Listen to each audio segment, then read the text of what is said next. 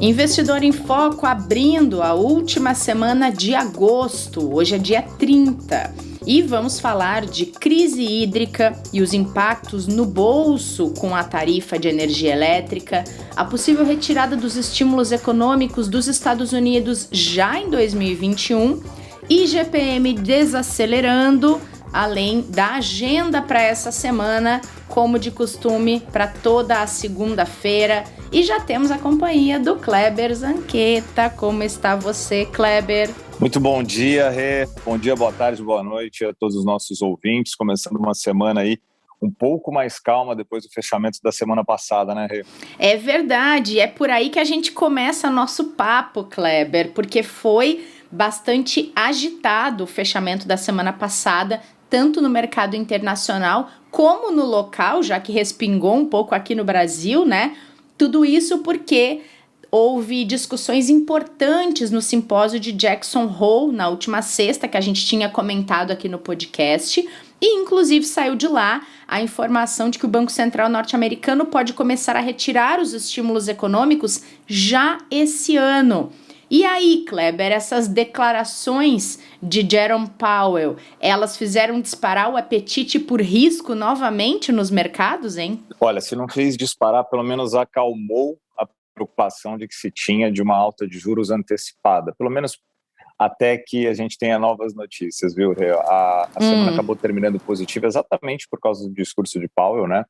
Onde ele indicou que o tapering, que é exatamente, né, o programa de recompra de títulos, né, de pausa no programa de compra de títulos dos Estados Unidos pelo Banco Central, talvez não aconteça agora em setembro, mas pode ser postergado. Isso muito por causa das preocupações que ainda se tem, né, com as pressões inflacionárias por lá, o avanço da variante Delta da Covid que preocupa, até pelo nível de imunização também ter sido reduzido, né, com o avanço das vacinações, faz com que o Fed entenda que talvez seja mais interessante isso começar um pouco mais para frente, e naturalmente ele acabou dizendo que os critérios, né, para o início de uma alta de juros por lá vão ser mais rigorosos, ou seja, não vai ser algo tão simples, né, para simplesmente, a partir do momento que você tem o fim do processo todo de recompra de títulos, de estímulos, já uma alta de juros logo na sequência. Isso acalmou os mercados. Alguns analistas acreditam que talvez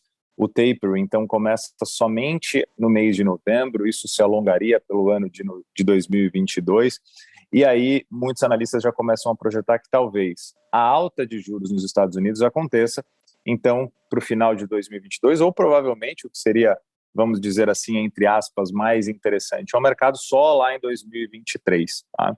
Então, isso fez com que os investidores ficassem mais tranquilos, porque a grande preocupação, né, é que no discurso, na fala de Powell, viesse ali uma grande preocupação para que a gente tivesse a necessidade já de iniciar de imediato esse programa agora, e com isso também a alta de juros vir antes do que era o estimado. Né? Então o discurso acabou sendo muito bem recebido. A gente teve ali índice S&P 500 e Nasdaq mais uma vez pontuando recordes ali na sexta-feira, né, com as máximas históricas, e ajudou muito o nosso mercado local aqui, que acabou seguindo essa esteira positiva, assim como o restante do mercado internacional. Boa. E falando ainda em bancos centrais, Kleber, teve outro presidente do Banco Central que na última sexta-feira trouxe algumas informações bastante, digamos, curiosas, dado que a gente fala tanto em risco fiscal. O presidente do Banco Central brasileiro, Roberto Campos Neto, disse que os dados fiscais do país estão próximos dos níveis estimados antes da pandemia. Queria entender se essa declaração dele é boa, é ruim, é preocupante. Então, a gente pode dizer exatamente o que o Roberto Campos trouxe, né? Ele, assim que ele disse isso que você colocou, né, dos níveis estimados ali estarem próximos, né, do que a gente tinha antes de toda a crise, né? E também falou que o descolamento da percepção dos agentes de mercado, né, se deu muito pela avaliação de que diversas medidas recentes do governo visavam um aumento do Bolsa Família já no ano que vem. Né? Ele acabou enfatizando, né, que o próprio presidente da Câmara, Arthur Lira, que estava junto com ele nesse evento, havia assegurado não haver nenhuma intenção de romper o teto de gastos, né, de acabar rompendo a questão do fiscal. Aí, abrindo aspas para ele, ele colocou: entendo, obviamente, que tem ruído, que nós temos uma eleição, que existe uma vontade sempre de associar o processo eleitoral com as medidas que estão sendo feitas, mas o fato é que o Brasil fez medidas estruturantes quando ninguém ainda estava fazendo, né, continua fazendo essas medidas dentro do regime de responsabilidade fiscal, e essa fala do Roberto Campos acabou também trazendo um pouco mais de tranquilidade, porque a grande preocupação é que se tenha um descontrole em termos de orçamento, em termos de despesas, que esse descontrole acabe afetando mais ainda o fiscal, que já é um fiscal com uma sensibilidade muito grande em relação aos gastos que já foram feitos nos últimos anos, e um estouro desse teto poderia ser um grande problema para depois você conseguir recuperar todas as contas públicas, né? Então, a fala foi muito bem, vamos dizer assim, direcionada para mostrar que tanto o governo quanto o Banco Central estão trabalhando, né, de maneira paralela, mas, ao mesmo tempo, em conjunto, para que você tenha, né, o cumprimento das regras fiscais, para que você não tenha um estouro de teto de gastos e para que os instrumentos que o Banco Central tem para fazer política monetária sejam suficientes para manter toda essa equação da maneira mais equilibrada possível. Então, foi também um dado que ajudou para que a gente tivesse tanto investidores quanto o mercado olhando para que está sendo feito o trabalho que precisa para que a gente não tenha um problema fiscal além daquilo que pelo menos, o projetado até agora. E, ao mesmo tempo, mostrando que, mesmo que tiver sendo feitas, né, alguns avanços em relação à parte social, à parte de melhora do Bolsa Família, ou outras frentes que o governo venha fazer, essas vão respeitar o teto de gastos, né, e a questão do fiscal, que é o mais importante. Bom, seguindo aqui em cenário nacional, se fala muito em IGPM. Em 2020, o indicador deu um salto, até mesmo comparado com outros indicadores que vinham um pouco mais controlados. E aí hoje foi divulgado o IGPM mostrando uma desaceleração. Saiu. Boa. Foi. E, Kleber, essa desaceleração, ela é pontual ou ela mostra um outro ciclo? Não, ela até poderia ter sido um pouco maior se a gente não tivesse uma pressão ainda tão forte da questão de custo de energia, né? Continua muito alto, Rê.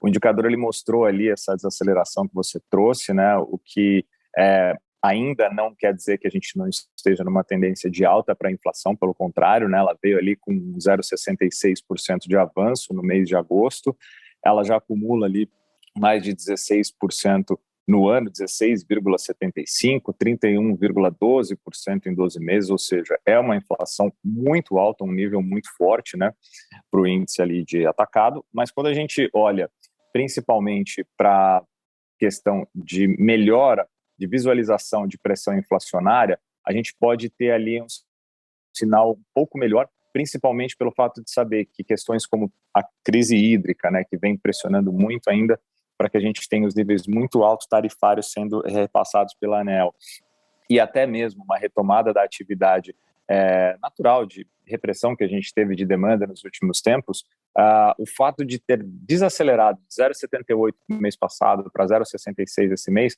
já foi um sinal positivo, apesar de continuar muito alta e muito em alerta, podendo sim, boa parte disso, ser repassado para o IPCA e a gente ter uma inflação que continue, apesar de transitória também aqui, como foi o que o Powell colocou lá para os Estados Unidos, pressionar para que a gente tenha ali uma política monetária um pouco mais forte, um pouco mais rígida, para não permitir que essa inflação acabe explodindo e indo para níveis mais difíceis depois, até de controle para a própria população, porque o que importa, né, como a gente fala, né, é o índice que reajusta aluguéis, né, só que muito além do índice de que reajusta aluguéis, ele tem uma série de componentes que prova que a vida do brasileiro está ficando cada vez mais cara, né? Então, a gente, quando fala aqui de investimentos, fala muito sobre ganho real, fala muito sobre juro real, que é isso, né? O quanto o investidor precisa trabalhar os seus investimentos para ficar acima da inflação, para manter o seu poder de renda. Então, é um dado que a gente pode colocar como, pelo menos,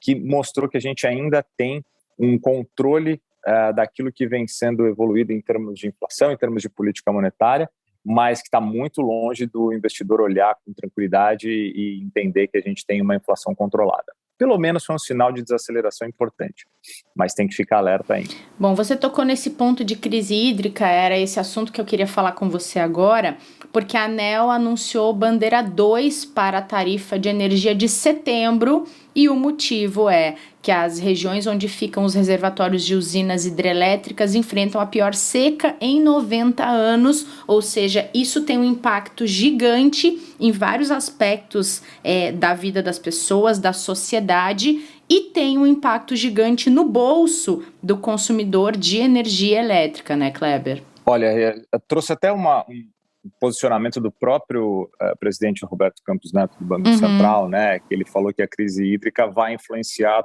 todos, né, e que preocupa do ponto de vista exatamente de inflação, né. O Brasil enfrenta a pior estiagem, né, a gente já comentou aqui dos últimos 91 anos, né, para preservar a água dos reservatórios, né, das hidrelétricas, né, as usinas termoelétricas estão sendo acionadas, né, o que, do ponto de vista ambiental, não é nem a melhor solução, mas é necessário para garantir o fornecimento de energia, né.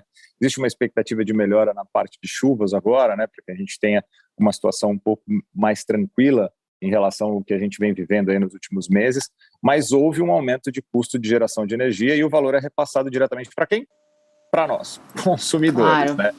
E aí para o bolso direto, né, Kleber? Exatamente. Então, quem vem sentindo ali as contas de luz mais alta, não é só pelo consumo da sua família ou de você, mas sim por causa desse reajuste, né? Em junho desse ano a gente teve, né, a alta um pouco mais forte, né? A tarifa deve sofrer novo reajuste, talvez, na semana que vem, durante a reunião que vai acontecer da ANEEL, né? E aí o Roberto Campos, ele colocou, né, que a crise hídrica, nessa parte, é a maior dos últimos 80 anos, vai influenciar muito nessa questão da inflação, né? E na parte ainda que a gente também tem uma preocupação é de alimentos, que a gente começa a ver um pouco mais de estabilidade, a gente começa a ver um pouco mais de tranquilidade na questão do custo do alimento, que vinha sendo pressionado muito na parte de inflação, mas a hídrica talvez tenha mais tempo ainda para se estabilizar. Provavelmente, assim que a gente tiver os reservatórios voltando a níveis normais, né, ou pelo menos próximo disso, sem a necessidade do acionamento das termoelétricas, a gente tem uma situação um pouco melhor. Mas é mais um ponto para o investidor acompanhar e saber que até o final do ano a gente deve ter isso pressionando um pouco mais a inflação e, naturalmente, um impacto maior até para ver quais vão ser as reações de política monetária. Certo. Bom, vamos antes da agenda da semana falar um pouquinho de China, porque o mercado está atento a algumas decisões da China que deve anunciar novas regras para que empresas de internet do país abram capital nos Estados Unidos, mas não é só isso, né, Kleber? Tem mais regras que a China deve tratar daqui para frente a respeito desse assunto, né? Exatamente. De acordo com o próprio Wall Street Journal, né, nas últimas semanas, né, representantes ali da Comissão Reguladora de Valores Imobiliários da China, né, comunicaram que as empresas locais e os investidores internacionais, de acordo com as novas regras, né, as empresas de posse de algumas quantidades de dados pessoais, né, ou seja, né, com sua base de dados de clientes, né, de pessoas que ela tem ali informações importantes, vão ser, talvez, até não sei se é essa expressão, né, mas proibidas, né, incapazes de seguir com processos de abertura de capital dessas companhias no exterior, principalmente nos Estados Unidos, que a gente conhece aqui como o IPO, né? O regulamento destina principalmente, né, as empresas que são de tecnologia, né, e que têm já principalmente, né, empresas subsidiadas e registradas em outros países, com os Estados Unidos sendo ali o principal foco, porque a preocupação do governo chinês é que essas informações acabem ficando expostas a partir do momento que você tenha mais abertura de informações, né, de relatórios, e uma governança mais ampla e aberta para o mercado como um todo. Então, é uma informação relevante, porque você acaba tendo tanto uma redução de grandes e bons negócios que podem acontecer no mercado, quanto também uma restrição que acaba impactando a economia tanto chinesa quanto global pelo desenvolvimento que se pode ter com a abertura de capitais dessas companhias, né, Rê? Então, foi uma informação que saiu no final da semana passada, pode trazer alguns impactos aí para essa questão de relacionamento até de China e Estados Unidos. E nos últimos dias também a China colocou ali que quer regulamentar algoritmos e controlar as empresas de tecnologia. Então, a gente vai olhando ali de novo, devagarzinho, saindo informações que podem não ser muito positivas aí no médio prazo em relação ao mercado chinês e principalmente na sua relação junto com o mercado global, né, com a economia global como um todo, porque a gente sabe da importância dessas empresas para o desenvolvimento tanto da China, da sua atividade, quanto do cenário internacional também, né, Rê? E o quanto essas relações em relação às empresas de tecnologia da China com os Estados Unidos são um pouco tensas, né, Kleber? E sempre Sim. podem gerar aquelas discussões e aquelas sanções que a gente viu no auge da guerra comercial, né? Exato. Isso acaba abrindo ali algumas preocupações que, pelo que a gente teve, falando diretamente para o investidor como não é uma recomendação, mas como uma sinalização para ele poder acompanhar, de algumas oportunidades. A gente teve muitas desvalorizações em preços de ações e do próprio mercado chinês ao longo de 2021. Essas informações trazem um pouco mais de tensão. Ao mesmo tempo, as avaliações de longo prazo para a China são positivas, então o investidor pode olhar isso também de um lado positivo para acompanhar e ver se ele não encontra, conversando com seus especialistas, conversando com as pessoas que acompanham as suas carteiras, se não tem até uma oportunidade num momento como esse. Mas o mais claro no curto prazo, pode sentir muita volatilidade, muita variação, exatamente por causa dessas incertezas e indefinições que a gente vai acompanhando. Certo. Bom, tá cheio o episódio de hoje, tem muita coisa e a agenda também, né? Bom, quero puxar com você a agenda da semana, aquilo que nossos ouvintes e nossas ouvintes não podem deixar de ter atenção, começando pelo índice de sentimento econômico da zona do euro, que saiu nesta segunda-feira abaixo do esperado pelo mercado.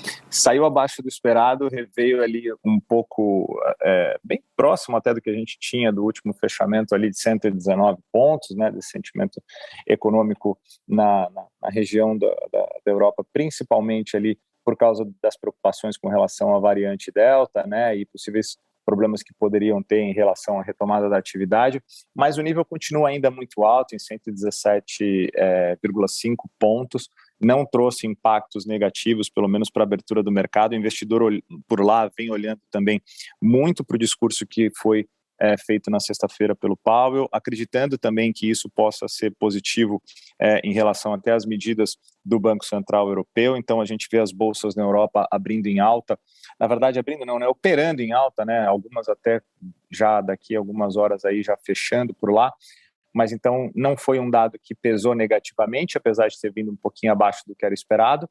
E na agenda como um todo a gente vai acompanhar principalmente divulgação importante de PMI, né, o índice de gerente de compras, para dar exatamente essa noção de avanço de atividade que a gente tem ao redor do mundo. Vai sair na zona do euro, na Alemanha, no Reino Unido, hoje sai na China, e a gente vai ter também nos Estados Unidos.